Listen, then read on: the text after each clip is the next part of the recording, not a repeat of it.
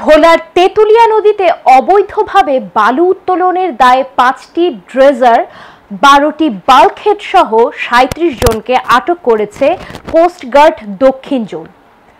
শনিবার রাতে অভিযান চালিয়ে ভোলার ভেদুরিয়া ও বোরহানউদ্দিন উপজেলায় তেঁতুলিয়া নদী থেকে তাদেরকে আটক করা হয়। কোস্টগার্ডের মিডিয়া কর্মকর্তা লেফটেন্যান্ট কমান্ডার এক সংবাদ বিজ্ঞপ্তিতে এ তথ্য নিশ্চিত করেছেন। কোস্টগার্ড জানায়, নদী ভাঙনের অন্যতম কারণ হলো অবৈধভাবে বালু উত্তোলন। দীর্ঘদিন ধরে একটি চক্র অবৈধভাবে বালু উত্তোলন করে আসছে। এমন সংবাদের ভিত্তিতে ভোলার ভেদুরিয়া ও বোরহানউদ্দিনের তেঁতুলিয়া নদীর অভিযান চালিয়ে অবৈধভাবে বালু উত্তোলন করার দায়ে 5টি ড্রেজার, 12টি বাল্কহেড সহ 37 জনকে আটক করা হয়।